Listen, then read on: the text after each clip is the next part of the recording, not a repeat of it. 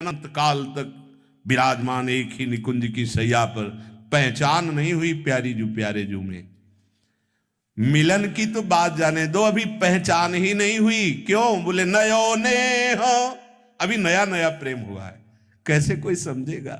नयो नेह नवरंग नयो रस, ये नवल श्याम ये वृषभानु किशोरी, नव पीतांबर नवल चूनरी, ये नई नई बूंदन भींजत गोरी। आचार्य चरण के ये नवीन श्याम है और नवीन लाडली जो है, इनका नया प्रेम है, नवीन नवीन मिल रहे हैं।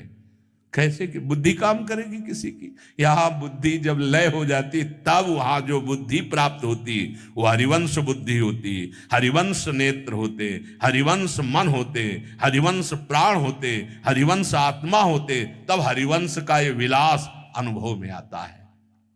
श्रीपाद प्रबोधानंद जी महाराज कह रहे हैं, जब उपासक के हृदय में इस काष्ठ और दीवार की तरह जगत के लिए स्थिति होती है, कोई फर्क नहीं, कितना भी सुख सामग्री मान प्रतिष्ठा कोई फर्क नहीं, या सब नष्ट हो जाए कोई फर्क नहीं, काष्ठ या दीवार की तरह जिसका हृदय ऐसा होता है, कहां?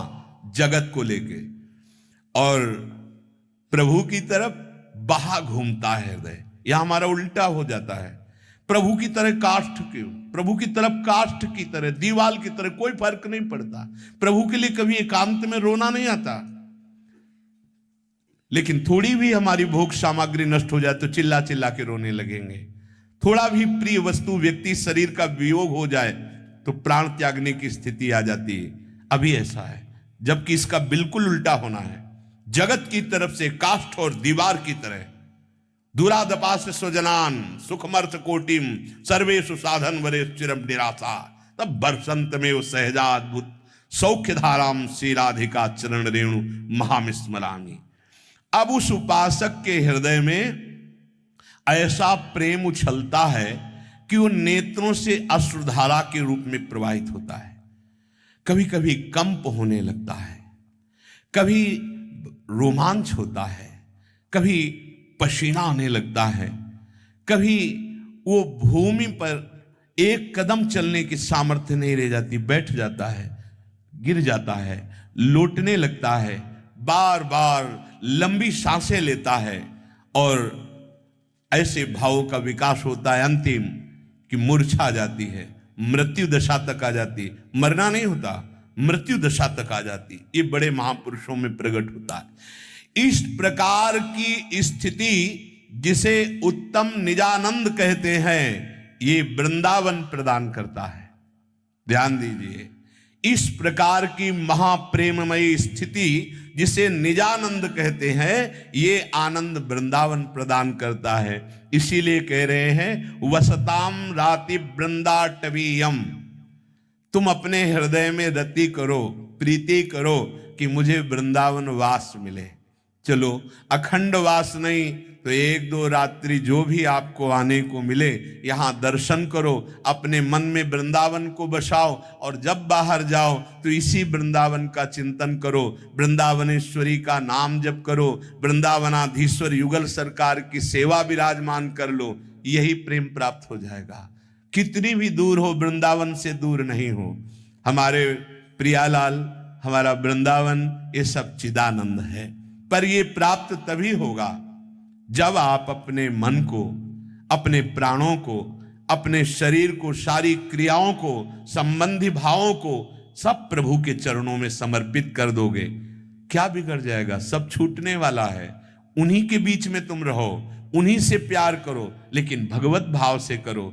अपने कर्तव्य को भगवान की पूजा समझो। श्री भगवान अर्जुन जी को गीता जी में उपदेश कर रहे हैं, तदा शक्तः सततम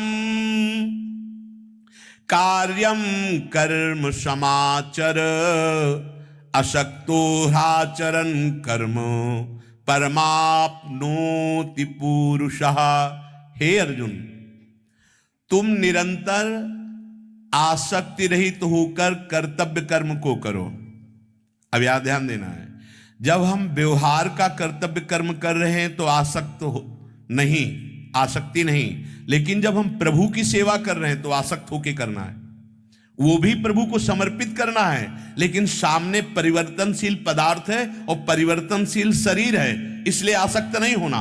कर्तव्य कर्म का पालन मात्र हम कर रहे हैं, लेकिन जब हम प्रभु की सेवा में आएंगे, वो भी कभी कभी कंप होने लगता है, कभी रोमांच होता है, कभी पसीना आने लगता है, कभी वो भूमि पर एक कदम चलने की सामर्थ्य नहीं रह जाती, बैठ जाता है, गिर जाता है, लौटने लगता है, बार बार लंबी सांसें लेता है और ऐसे भावों का विकास होता है अंतिम कि मूर्छा जाती है, मृत्यु दशा तक आ जाती। मरना नहीं होता, मृत्यु दशा तक आ जाती। ये बड़े महापुरुषों में प्रकट होता है।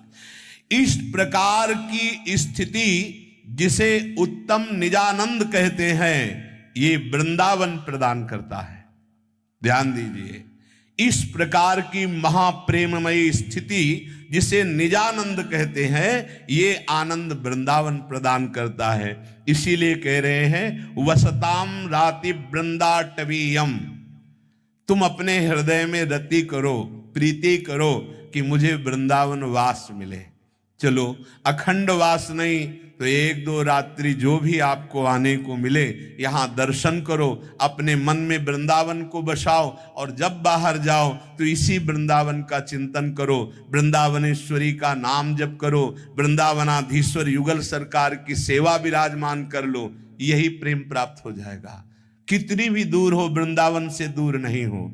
हमारे प्रियालाल, हमारा वृंदावन, ये सब चिदानंद है, पर ये प्राप्त तभी होगा जब आप अपने मन को, अपने प्राणों को, अपने शरीर को, सारी क्रियाओं को, संबंधी भावों को सब प्रभु के चरणों में समर्पित कर दोगे।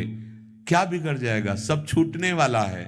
उन्हीं के बीच में तुम रहो, उन्हीं से प्यार करो, लेकिन भगवत भाव से करो। अपने कर्तव्य को भगवान की पूजा समझो। श्री भगवान अर्जुन जी को गीता जी में उपदेश कर रहे हैं, तदाशक्तः सततम कार्यम कर्म समाचर, अशक्तो ह्याचरन् कर्म परमाप्नोति पुरुषः। हे अर्जुन, तुम निरंतर आसक्ति रहित होकर कर्तव्य कर्म को करो। अब यहां ध्यान देना है, जब हम व्यवहार का कर्तव्य कर्म कर रहे हैं तो नहीं, आसक्ति नहीं, लेकिन जब हम प्रभु की सेवा कर रहे हैं तो आसक्त होके करना है। वो भी प्रभु को समर्पित करना है, लेकिन सामने परिवर्तनशील पदार्थ है और परिवर्तनशील शरीर है, इसलिए आसक्त नहीं होना। कर्तव्य कर्म का पालन मात्र हम कर रहे हैं, लेकिन जब हम प्रभु की सेवा में आएंगे, वो भी प्रभु की सेवा है, पर सामने पांच भौतिक देह है या पांच भौतिक रचना पदार्थों की है, तो वहां कह रहे तस्माद असक्तः, आसक्ति रहित होकर व्यवहार करना है, ममता रहित होकर, प्रीति पूर्वक, प्रीति भगवत भाव पूर्वक। ये बड़ी चतुरता है जिससे कर्मयोग बन जाएगा और आपको भगवत प्राप्ति हो जाएगी। हमें जब भगवत सेवा करनी हो, जब गुरु सेवा करनी हो, संत सेवा करनी हो, तब वहां ये सूत्र नहीं लगेगा तस्माद असक्तः। जो आसक्ति संसार में है वो बंधन का कारण है, और वही आसक्ति जब संत महापुरुषों से, भगवत स्वरूपों से, गुरुजनों से, तो मोक्ष का खुला हुआ द्वार है। तस्माद असक्तः सततम कार्यम कर्म समाचर। हे अर्जुन, तुम निरंतर सावधान रहो, आसक्ति रहित होकर के कर्तव्य कर्म करो, भली भांति आचरण करो, पर आसक्त मत हो।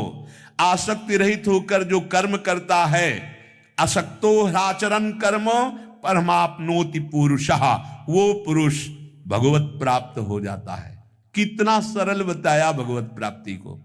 जो तुम्हारा कर्तव्य कर्म है, आसक्ति रहित होकर करो। जब मनुष्य को कल्याण के लिए मनुष्य शरीर दिया भगवान ने, तो उसके साथ उसको ये भी सेवा सामग्री देते हैं, धन, जमीन, मकान, जो भी शरीर संबंधी तुम्हारे कर्म के अनुसार मिला हुआ, उतने से ही भगवत प्राप्ति हो जाएगी, बढ़ाने की जरूरत नहीं। कि हम छल कपट या किसी और का आश्रय लेकर धन कमाए और फिर हम दान पुण्य करें। ऐसा सिद्धांत नहीं कहता। तुम्हें जो मिला हुआ है, धन, जमीन, मकान, सामग्री, परिवार, पहली बात ये समझ लो, ये तुम्हें यहीं के लिए मिला हुआ है, ये छूट जाएगा, ये तुम्हारे साथ जाने वाला नहीं है। सीधी बात, ये केवल भगवत प्राप्ति के लिए तुम्हें मिला हुआ है। क्या? पत्नी, पुत्र, पिता, माता, परिवार, मकान, पदवी, रुपया, पैसा। ठीक अपने कर्तव्य का पालन कर लो, आसक्ति रहित होकर, आसक्ति प्रभु के नाम में, प्रभु के चरणारविंद में। यही सब संयोग तुम्हें भगवत प्राप्ति करा देगा। मनुष्य काम करने के लिए जैसे ऑफिस में, कार्यालय में जाता है, वहां से कुर्सी मिलती है, मेज मिलती है, पहले तो रजिस्टर, पेन आदि, अब तो लैपटॉप मिलता है भाई। अब आप वहां की कुर्सी, मेज, लैपटॉप का प्रयोग कीजिए, लेकिन आप लाद के नहीं ला सकते कि ये सब ऑफिस मेरी है। अधिकार आपको है, आप केवल सेवा वहां कर सकते हो। ऐसे ही तुम्हें जो मकान मिला है, पत्नी मिला है, पुत्र मिला है, धन मिला है, पद मिला है, ये भगवान की तरफ से भगवत प्राप्ति के लिए मिला है। इसे लाद के नहीं ले जाओगे यहां से, यहीं छूट जाएगा। क्या करो? विवेक पूर्वक अपने कर्तव्य का पालन कर लो। पर धन का ऐसा मोह होता है कि वो जमीन में गाड़ सकते हैं, लेकिन उसे हम सत्कर्म में नहीं लगा सकते। वो चोर चुरा ले जाए, आग में जल जाए या कुछ भी हो जाए, वो सब कर सकते हैं, लेकिन हम उसको भगवत स्वरूप नहीं बना पाएंगे। क्या भगवत स्वरूप? एक अस्पताल खोल दो, बहुत बड़ा धन है तुम्हारे पास, तो बिना किसी पैसे के, बिना किसी फीस के यथा योग्य सबको दवाएं। एक वृद्धाश्रम खोल लो, जो बूढ़े जिनको कोई सेवा नहीं करता उनकी सेवा करवाने लगो। एक अन्न क्षेत्र खोल लो, जिनको भोजन नहीं मिलता, भोजन पर देखो रुपया सार्थक होने लगा। एक गौशाला खोल लो, जो गौएं दूध नहीं देती, जिनके शरीर में ताकत नहीं रह गई, आप उनकी सेवा करवाने लगो। कोई प्रलोभन नहीं, तो ये धन सीधे भगवत प्राप्ति करा देगा। परिवार, उसमें भगवत भाव करके सेवा करो, ये भगवत प्राप्ति करा देगा। संसार में जो तुम्हें मिला हुआ है, केवल भगवत प्राप्ति के लिए मिला हुआ है। तुम्हारा अधिकार केवल सत्कर्म करने का है। तुम ये मन में मत मानो कि ये मेरी पत्नी है, मैं जैसा व्यवहार, ये मेरा पुत्र है, ये मेरा घर है, मेरी संपत्ति। नहीं, ये श्री भगवान की है। हमें अधिकार मिला है, पुत्र को डांटेंगे, पढ़ाएंगे, लिखाएंगे, सेवा करेंगे, लेकिन इस सेवा का फल मांगेंगे भगवत प्राप्ति। हमें पत्नी का जो पाणिग्रहण ग्रहण किया है, संपूर्ण कामनाओं की पूर्ति करते हुए, उसकी प्रति प्रतिकूल व्यवहार ना करते हुए हम उसका फल चाहेंगे, वो प्रसन्न हो और इससे भगवान मिले। माता पिता की सेवा करेंगे, अपने कर्तव्य का पालन करेंगे। हमें भगवत प्राप्ति करनी है, और जितना ये संयोग मिला है भगवत प्राप्ति के लिए मिला है। जैसे ऑफिस में ईमानदारी से काम करने वाले को बाद में वेतन मिलता है, ऐसे ही इस संसार में ईमानदारी से अपने संबंध का निर्वाह करना, दूसरों के अधिकार की रक्षा करना, अपने कर्तव्य का पालन करना, तो अब हुआ कर्म और वेतन मिलेगा योग। योग कहते हैं भगवत प्राप्ति, उसको भगवत प्राप्ति हो जाएगी।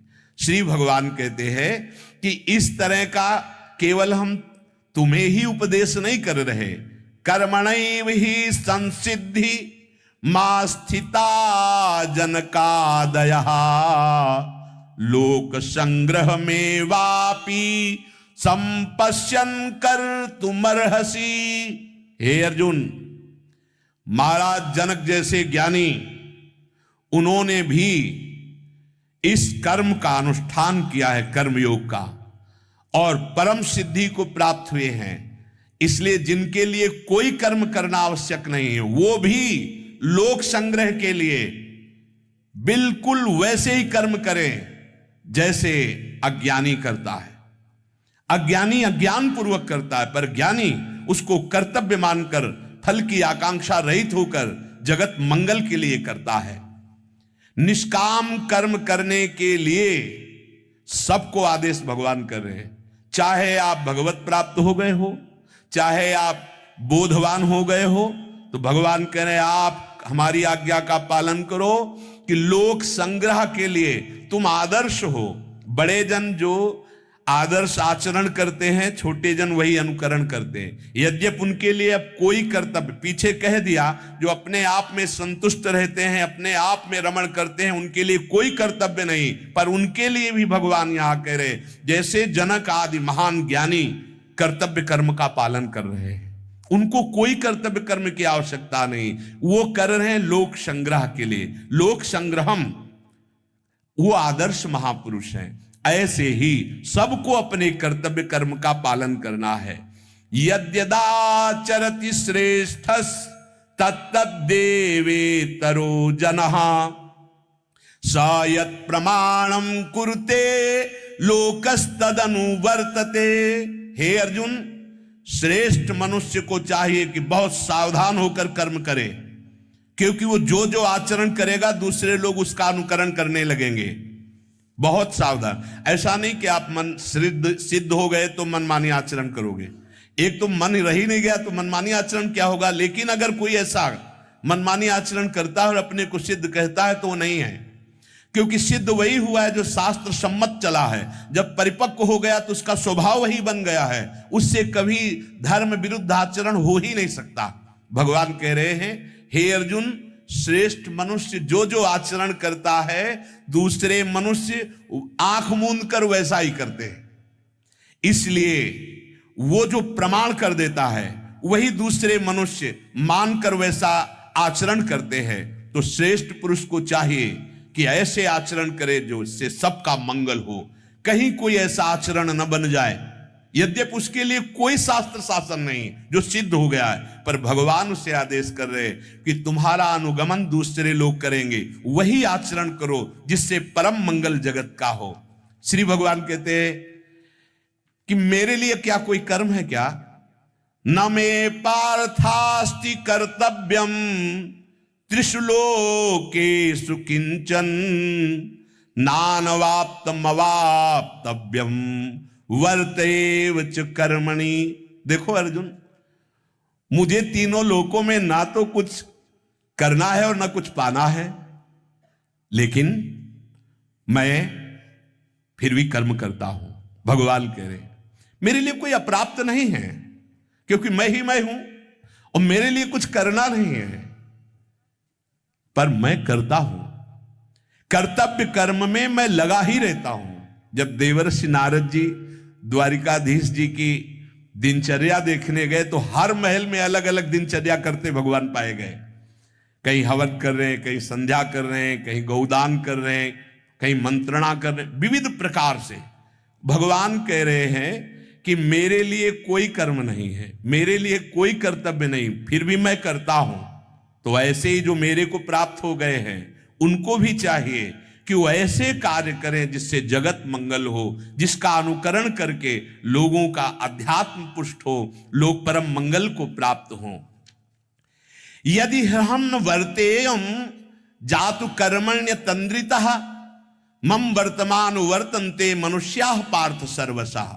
भगवान कह रहे अर्जुन, देखो मेरे लिए कोई कर्तव्य नहीं, पर मैं यदि असावधान हो जाऊं और कर्तव्य कर्म ना करूं तो बड़ी हानि हो जाएगी, क्योंकि लोग बिल्कुल वैसा ही अनुसरण करेंगे, सब प्रकार से मेरे मार्ग का अनुसरण करेंगे। उत्सीदेयुरिमे लोका न कुर्याम कर्म चेदहम शंकरस्य च कर्तास्या मुपहन्यामिमाः प्रजाः। यदि मैं कर्म ना करूं तो ये सब नष्ट भ्रष्ट हो जाएंगे। इसलिए मैं आचार्य रूप से, गुरु रूप से, इष्ट रूप से अवतार लेता हूं और वैसे ही आचरण करता हूं जिन आचरणों का अनुकरण करके लोग उत्तम गति को प्राप्त हो। यदि मैं ऐसा ना करूं तो ये सब लोग नष्ट हो जाएंगे, वर्ण संकरता फैल जाएगी और इस समस्त प्रजा को नष्ट करने वाला मैं बन जाऊंगा। भाव यहां भगवान कह रहे हैं, चाहे जैसी तुम्हारी उच्च अवस्था आ गई हो, पर तुमको तस्मात् शास्त्रम प्रमाणम ते कार्याकार्यो व्यवस्थित हो, वैसे ही तुम्हें आचरण करने हैं जिस आचरण को देख करके जो साधारण जन हैं वो उस परम गति को प्राप्त हो। तुम स्वच्छंद बर्ताव नहीं कर सकते हो। देखो मेरे लिए कोई कर्तव्य कर्म नहीं, भगवान कह रहे हैं, फिर भी मैं कर्म करता हूं। यदि मैं ना कर्म करूं तो सब मेरा अनुसरण करेंगे, ये पूरी प्रजा नष्ट भ्रष्ट हो जाएगी। इसलिए अपने कर्तव्य कर्म को फल की आशा न रख करके भगवत समर्पित करते हुए जो करता है वो इसी जन्म में भगवत साक्षात्कार कर लेता है। ध्यान दीजिए।